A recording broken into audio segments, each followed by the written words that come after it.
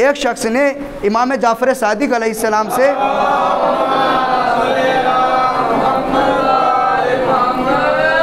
سوال کیا، مولا ذرا یہ بتائیں کہ کیسے پتہ چلے گا کہ ہماری نماز قبول ہو رہی ہے یا نہیں قبول ہو رہی ہے؟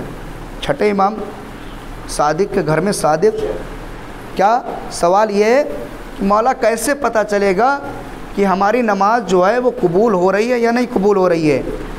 مولا نے فرمایا کہ اگر تم نے صبح کی نماز پڑھی اور صبح کی نماز سے لے کر تم نماز ظہرین تک گناہوں سے محفوظ رہے، سمجھ جاؤ تمہاری صبح کی نماز قبول ہو گئی۔